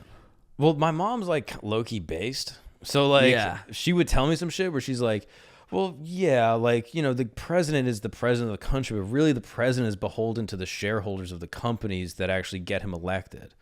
That is true. So, like literally from like 4th grade, I was like, yeah, the president's not really running shit. And then people were like, no, he's like the leader of the free world. I was like, actually, it's the CEO of BlackRock. But what? Like, so like from a like literally like my mom is just on that wave. So like from a young age, I was just always like on that type of time. Yeah. So it's like, yeah, it is conspiracy vibes. And do you feel like that ever made you feel like weird or more outside? Like was that ever an issue with like making friends or any of your social stuff or? Yeah. Yeah. I was not that good at making friends, which is weird. Actually, no, I take it back. I had a lot of friends and I would always like be hanging. So like lunchtime, always kicking it. Middle school, always had a ton of friends, like always with friends, but not like the deep connective bonds that like my other friends have. Does that make sense? Yeah. Why do you think that is? I don't know. I think part of it had to do with like a lot of like the social circles like were formed really, really young because I went to like a K through 12 school. So like a lot of the kids that I was like in 11th grade have been friends since like 2nd grade. And they all lived in the same community and their families, their parents were all friends. So like they were just like, it is that shit. Because then you're seeing each other outside. Maybe you take a family trip together. They probably went to Disney World together. They were like just like teed up. And then I was like coming into the circle and like not as tight. Right. And then I always had the same interests. Like I feel like my interests were too varied to like connect. Right. So like I was like the manager of the high school baseball team. It was a great time. You were the manager? Yeah. It was like perfect. I loved playing soccer, but what I really like doing is like kicking it with the baseball guys because they were the funniest. Yes. Baseball guys are just the fun. That was me. Because baseball is 5% playing sports. You got to be able to talk shit. 95% chilling. Yeah. Downtime, there's a whole subculture. There's like the bullpen guys, the pitchers are a very different vibe. Rain delay is just a talent show. Like, so like we had my senior year, when I was the captain of the team, we became basically a cult. And we would pray to this one tree that you could see above our stadium. We called it the Lone Palm. And this one kid on the team, this dude, Matt, hilarious guy, would lead us in prayers. And so the other team would like come to our home field and they'd be warming up, and then we'd all go into the bullpen and we would start doing a chant where he would lead us in a chant and ask the palm to like bless us, and we were all bowing down, and it was just insane. But that was the best it was the best our team ever did, because we were on such a fucking wave from the Lone Palm. From the Lone Palm. So before our playoff game, we drove up into the mountains to find it, and we like knocked on the people's house and they let us take a piece of bark from the Lone Palm. This is the which I kept for like a long time. This is amazing. Yeah. This is the baseball shit that doesn't happen in other sports. Yeah. Genuinely, especially soccer. Like soccer is like, it is so much, like it's an amazing game also, but I genuinely think that there's less interpersonal connectivity that happens in soccer because most of the game is just running around. And you're so far away from one another. It's and like, you're running. It is like flow. Like I feel more like subconsciously connected to guys I played ball with. Yeah. Because I was like, I know what you're going to do before you even get it. It's like, you're getting the ball, I know you're dishing it to me, and I know you're on the run, so I'm not even looking. The ball's going right back to you, and it's like the connection is through the play, not through the banter. Which is why, like, the best art players in the world are, like, low-key autistic. Yeah. No one talks about this. Like, Lionel Messi, Kylian Mbappe, like, they're a little specced out. A little weird. They're specced out. Yeah. And I genuinely think it's like, okay, they're extremely talented, they're extremely athletic, but the way that they interconnect with people is through this game, and that is, like, their outlet. Yeah. This is, again, my fucking crack pipe theory. It's I don't know. real. I mean, no, it is real, because like I'm always interested in that, because like I'm interested in like the sports media ecosystem, and even like now having a podcast, I'm like listening to a song and I'm like, oh, it'd be cool to get that DJ on, and then I'm like, I'm connecting to a very specific thing that this person does that they're good at. Talking might not be suit them at all. They might not speak English. Yeah. If they're a DJ, there's a 40% chance to jump. No chance. Yeah. And it's like they could not be interesting at all to talk to, but they just made a song that makes me feel this way. Same way with athletes. It's like it's crazy how well you get to know them, but you get to know this one specific thing about them. Yes. So all that to say, like the soccer guys I loved, but I was not like, I liked potting. I liked catching a vibe and talking shit and making fun of people and making jokes. And the baseball guys were the best. That's at that. baseball. So I would be like the manager of the baseball team. And so the baseball guys obviously like to like chew long cut. Yeah. And like talk to bitches and then fucking go to parties and just like do that whole thing. And I liked being at parties, but I didn't like to drink. And even back then. No, like I loved talking to girls. I loved flirting, but I didn't want to hook up. Like you wanted the pod. Literally. I liked all of the things around it. I loved baseball culture, but I didn't want to play baseball. Like, right. So there's like these weird crossover things where it's like, all right, everyone's getting in my minivan. We're driving out to like Claremont to go to this crazy bonfire, like kegger party thing when I'm like 16. And it's like me and like 40 baseball kids in my back seat, like all driving there. I took out the back seat of my van. So it's just empty. So it's just a bunch of dudes in my minivan just driving out to Claremont to like go to like this bonfire party. And it's like, they're all shit-faced. I'm sober. Like, they're all trying to, like, hook up with girls out in the woods and, like, just fucking do, like, high school antics. Right. I'm just, like, chilling by the bonfire, like, making two girls laugh, like, having a great time. Right. No expectation. Right. And then they all have a game the next day, and I'm, like, eating Chick-fil-A sandwiches, like, announcing. You know what I mean? So, like, there's crossover, but then it was, like, distance because the things I was into was kind of weird. Yeah. And then you're like, you know those guys and you're part of the crew, but you're not going to be like the guy. They're not in any of my classes. Right. I'm taking AP classes, so I'm hanging with like the super smart kids, but I'm not the smartest kid in the smart kid class. Right.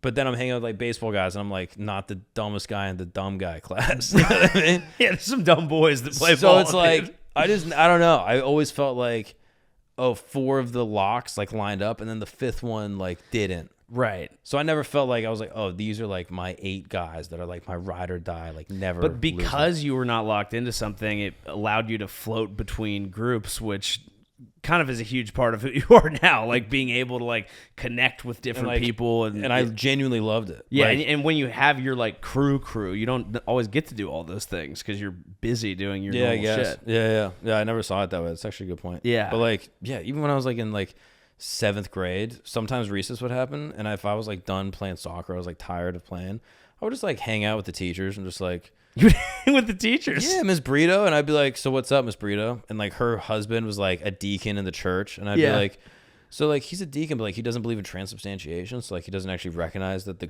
like Christ's presence is in the Eucharist. And she'd be like, no, and I'd be like, that's actually heretical to my faith. And like we would just like talk about it. And I look back and I'm like, how old were you when you were saying that shit? Miss Brito was like 7th or 8th grade. If a 7th grader said that to me, I would be astounded. It's retarded. But again, I don't even know what I was saying. My mom was telling me these. Right. Like, maybe I picked up pieces. I have no idea. Well, do you feel like, so obviously you liked the homeschooling thing because you got a lot out of it, but also did you feel, I mean, like, it sounds like you were really into a lot of things that you don't necessarily think you think. Like, are you religious still? I think so. Yeah. Like, I believe in God. Right. The Father Almighty, maker of heaven and earth. See? Of all things visible and invisible. Mm-hmm. The one holy Catholic and Apostolic Church. Mm-hmm. I personally believe in the lone palm. So we can agree to disagree, right? Yeah.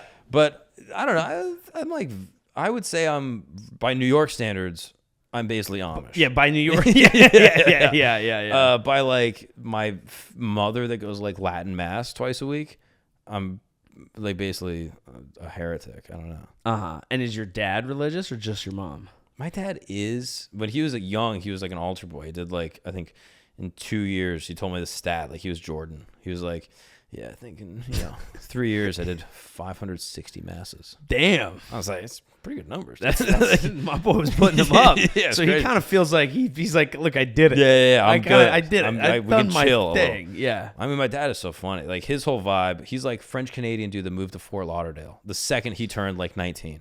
He hated being in French Canada. He hated being in Quebec City. He was over it. He wanted to get to South Florida. And I didn't understand my dad until we moved to Miami and lived there. Because I found myself, after 2 months of living in Miami, I would wake up and like hang out with my wife and like have breakfast and then like go work out like outside, like shirtless with like short shorts. And then I would like jump in the pool, listen to like electronic dance music the whole time. And then like take a phone call and like do like a business call, like outside walking around the pool, listening to dance music. Yeah. And I was like, oh shit, I'm my dad. That's what your dad would do? Every day. Really? Without fail. He's an EDM guy? Since I was a kid, he would listen to Cascade, was his favorite DJ. Well, that is a good choice. I'm a Cascade man He's seen myself. Cascade, I think, 14 times. That is a lot of times. He's a diehard fan. Yeah. He's a huge fan of electronic dance. I mean, before I ever did stand-up, I was DJing and like making music when I was like 15, 16. So like that's sick. I was into just like, I downloaded Ableton and just like got a bunch of plugins and just started making music. So like, because my dad was obsessed with like dance music. So I'd wake up in the morning and he'd wake us up for school. He'd make crepes, not a joke. And then would like be playing Deadmau5 first thing in the morning, 6:30 in the morning. That's crazy. And then my mother is just extremely religious. I mean, I guess it's not that crazy. Like my kids may have a very similar experience, but like I always thought of that as something that just hadn't happened yet. That like parents were indoctrinating their kids into the on EDM. The wave.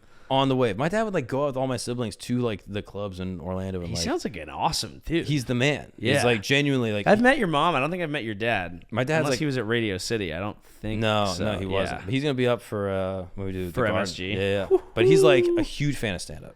Yeah, that's awesome. He told my sister a story that's pretty wild.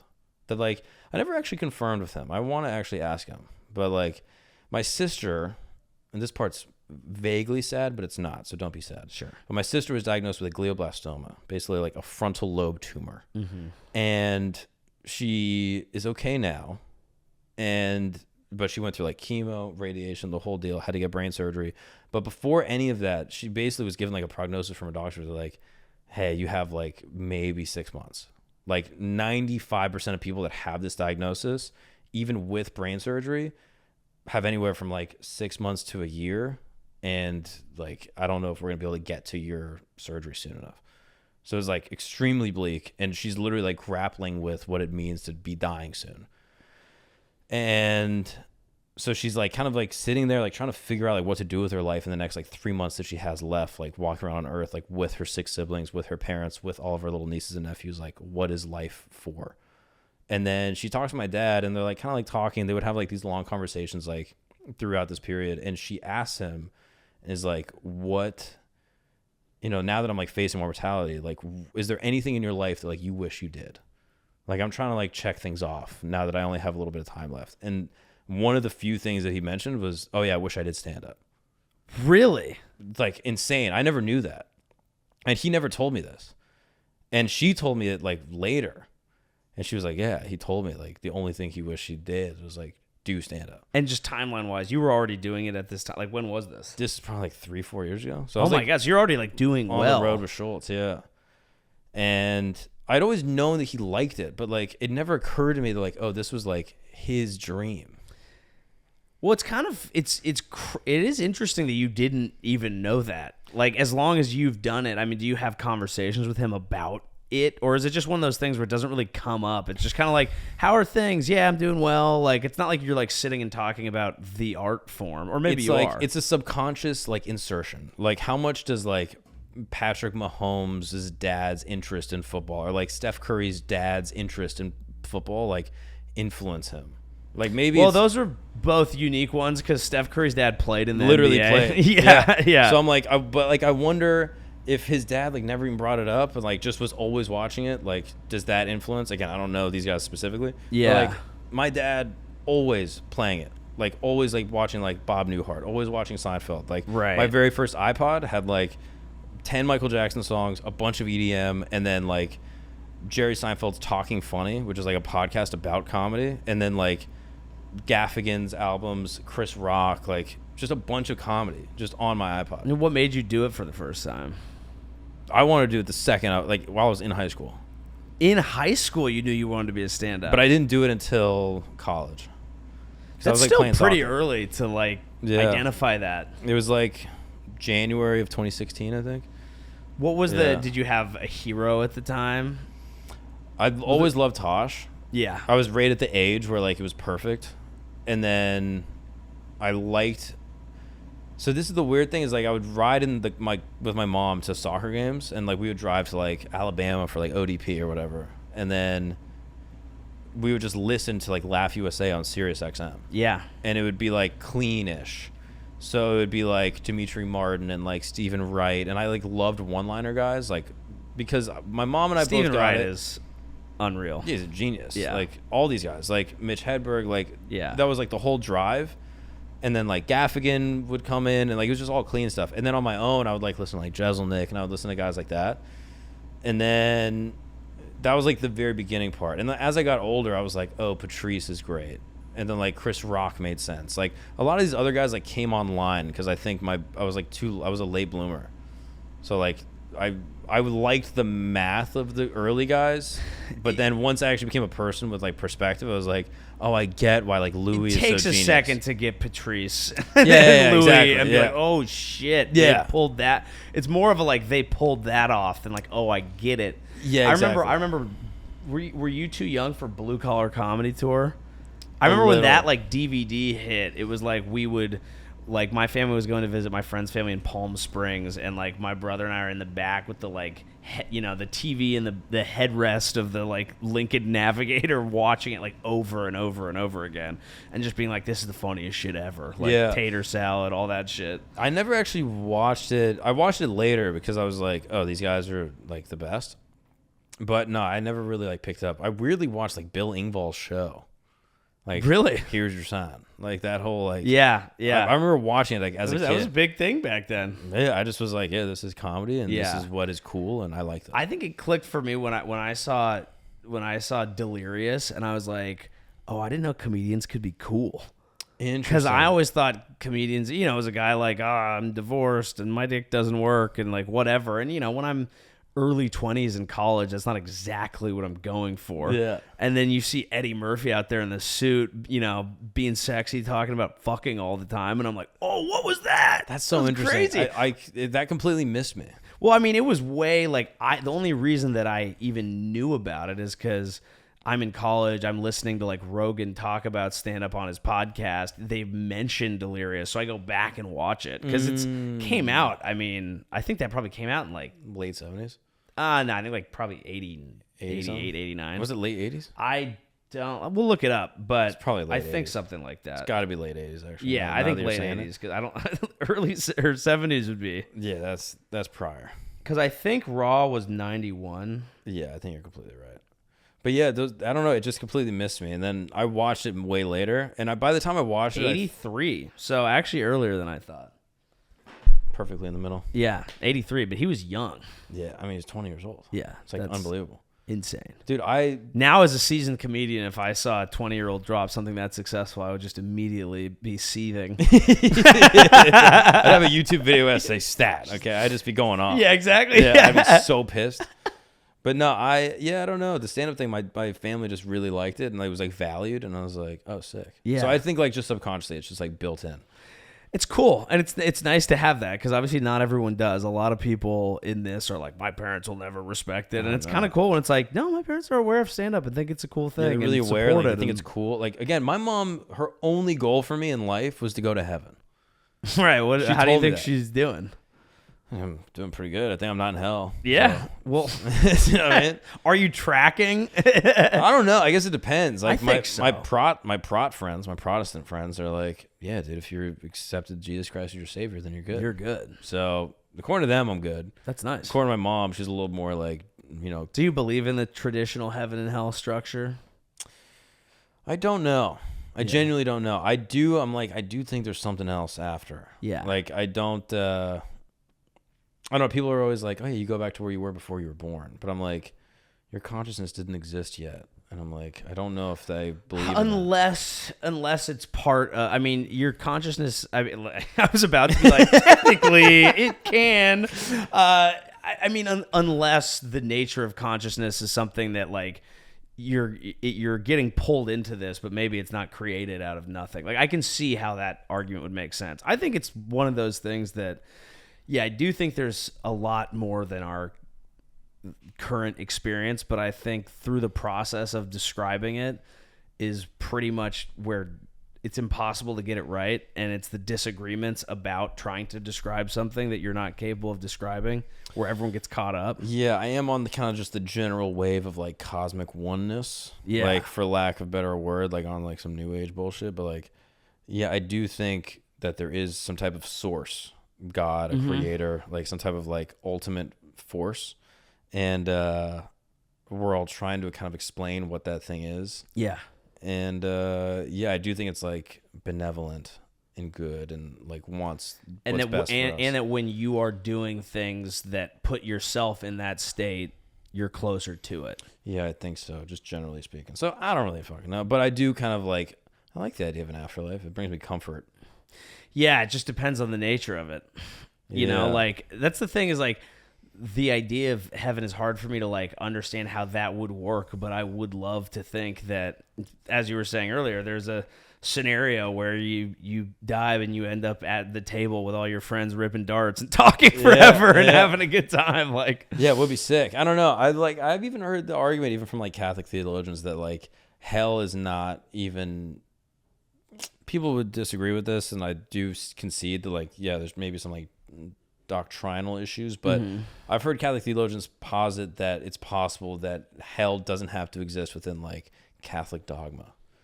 That like it's not intrinsic to our understanding of the Gospels. Like hell could potentially be a temporary place that upon, you know, Christ's return and like making all things good and basically winning this eternal fight over evil, that all humankind can be reunited into one thing. I have always found, because I'm not up on, you know, I wasn't raised religious, so I don't have the lore or the canon quite laid out, but I have always felt like in my own understanding of it that, you know, heaven and hell kind of are states that you can experience while you're alive. And if you're doing things that, sin is a loaded term because people apply it to a lot of things that I might not find sinful. But like if you're doing things that are good and pushing you in that direction closer to whatever that like benevolent thing is, you can almost feel like you're having a heavenly experience while you're here.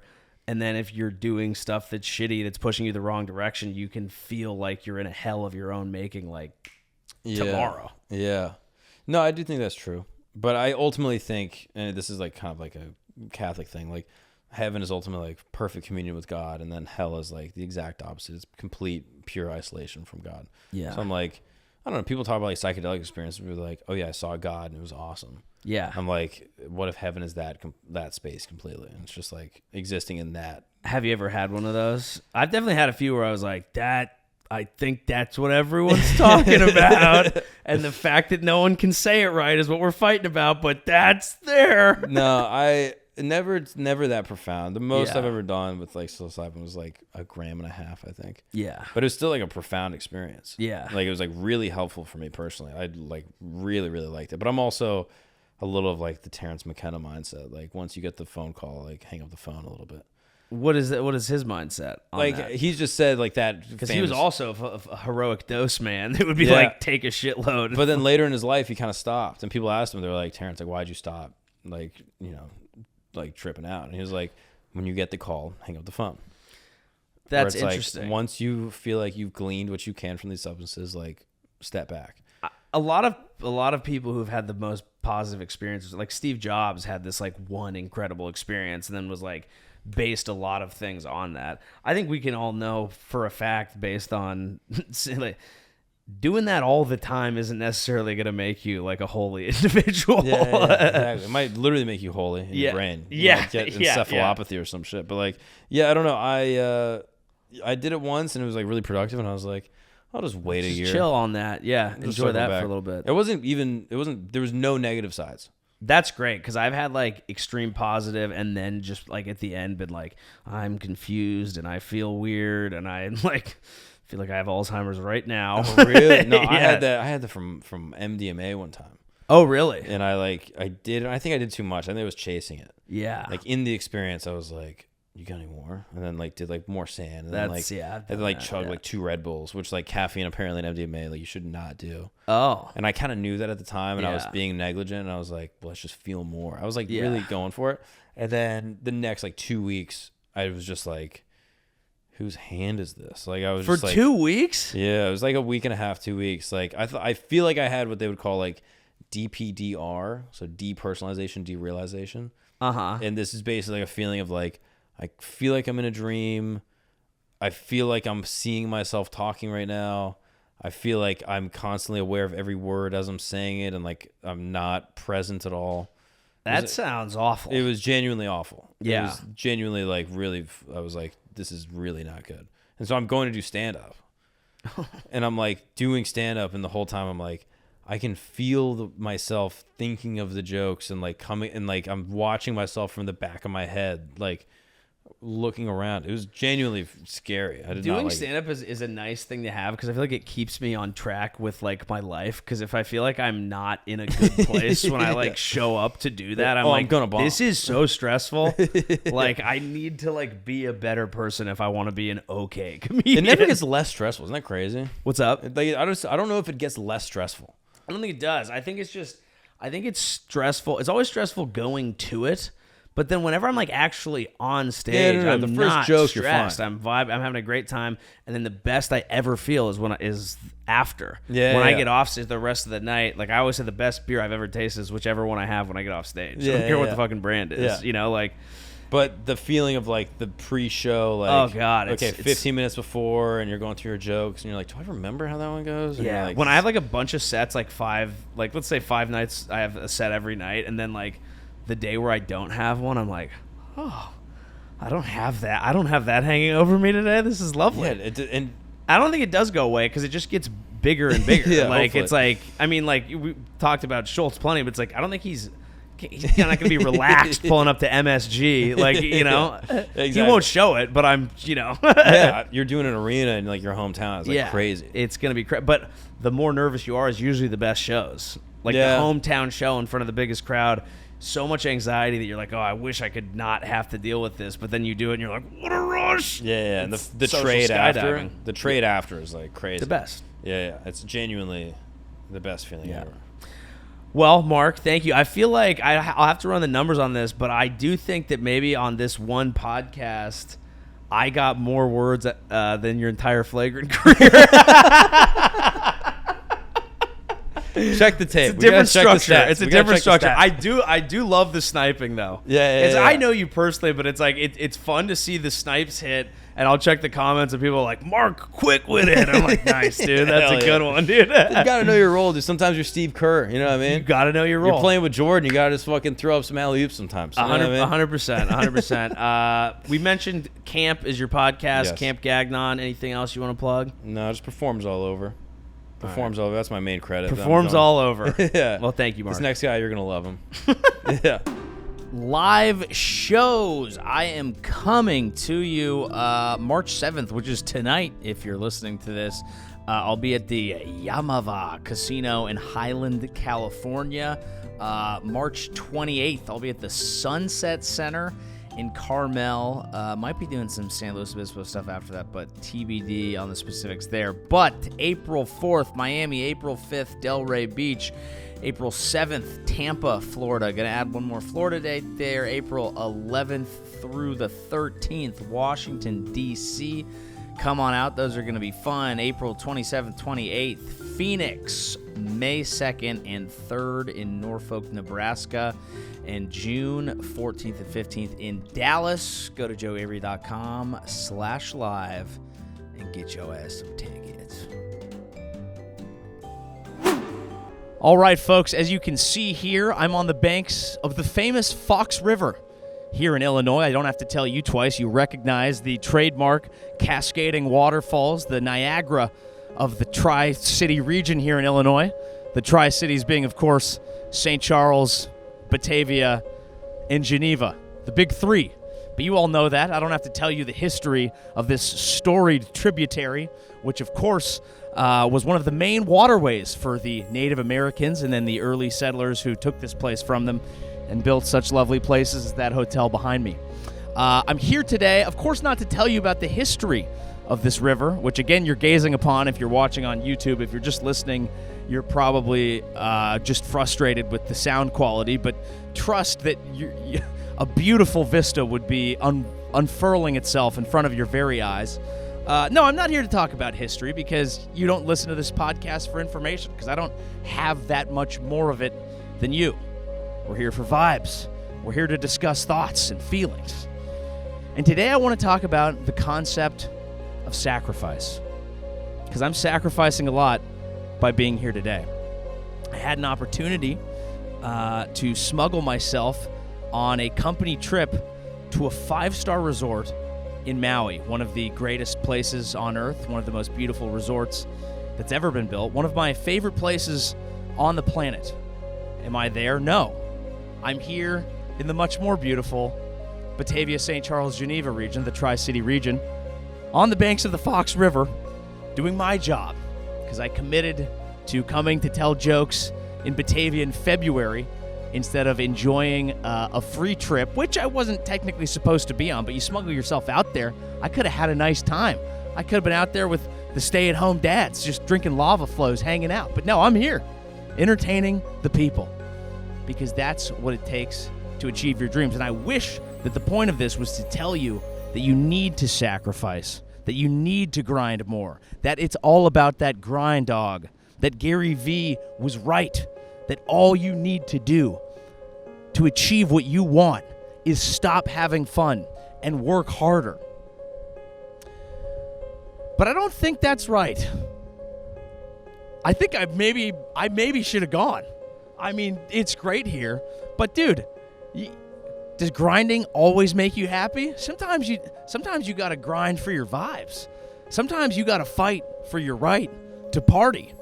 I think that's my message. I'm telling you as someone who is embracing the grind right now, as you can see, working hard, rolling up my sleeves on the bank of the river to make this sweet, hot content through blood, sweat, and tears. I'm telling you, if you're thinking maybe you're not working hard enough right now, just fucking chill.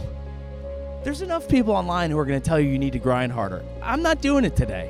I think maybe today's the day that you should just be like, I'm done. It's 3 o'clock.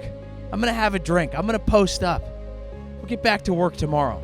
You don't have to grind all that. It doesn't make you happy just grinding all the time. Sometimes what makes you happy is posting the fuck up. And you might need to do that today. Of course, if you've been a lazy little piece of shit, you know that. Get the fuck out there. Get the fuck out there. You know that. But I want to motivate you to chill. Because I didn't choose that this time.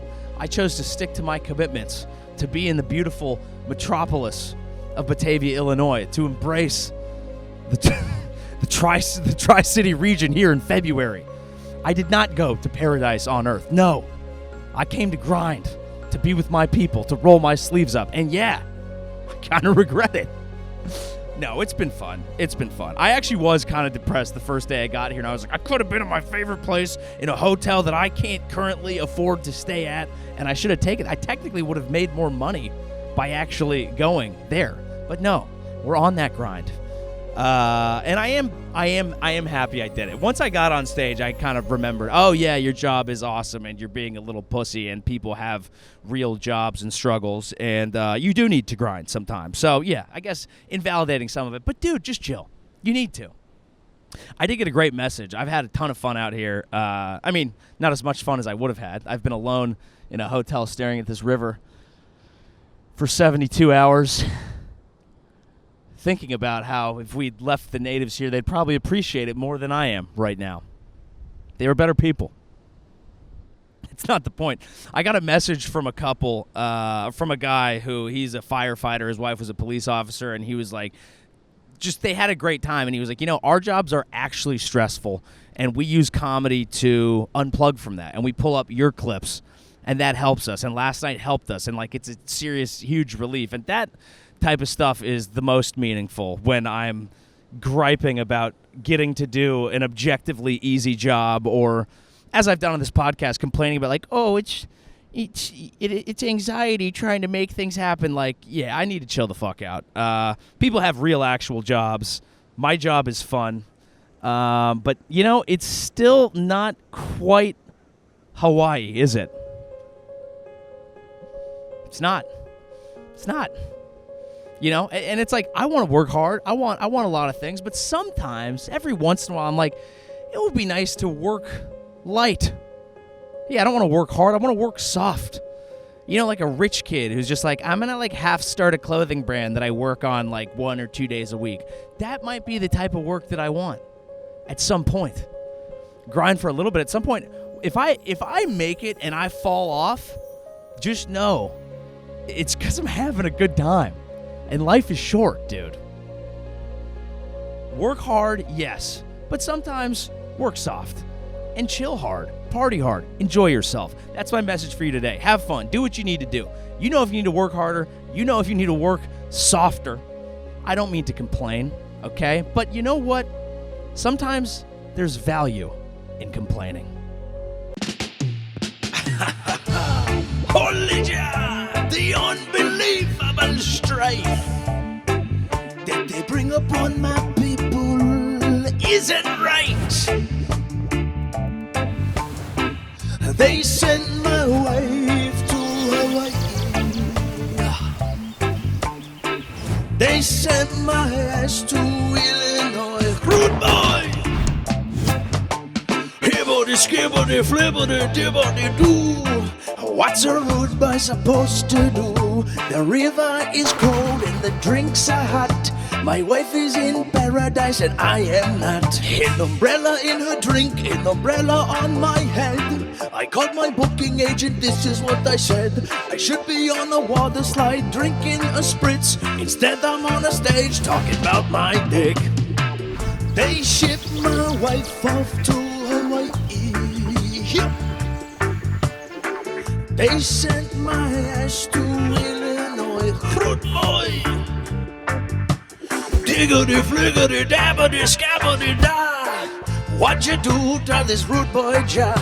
I could be at the nice resort enjoying the perks. Instead I'm asking people what they do for work. I'm a teacher. Oh yeah? Who fucking cares? I should be posted up on the nice beach chairs. A cocktail in my hand and a book on my lap. But hey, fuck reading, I'm taking a nap. They shipped my wife off to Hawaii now. They sent your boy to Illinois. Rude boy! He is the motherfucking breakdown. Yeah. Jah is mighty and Jah is high, but your boy is cold, gotta go inside. He's cold here. Yeah.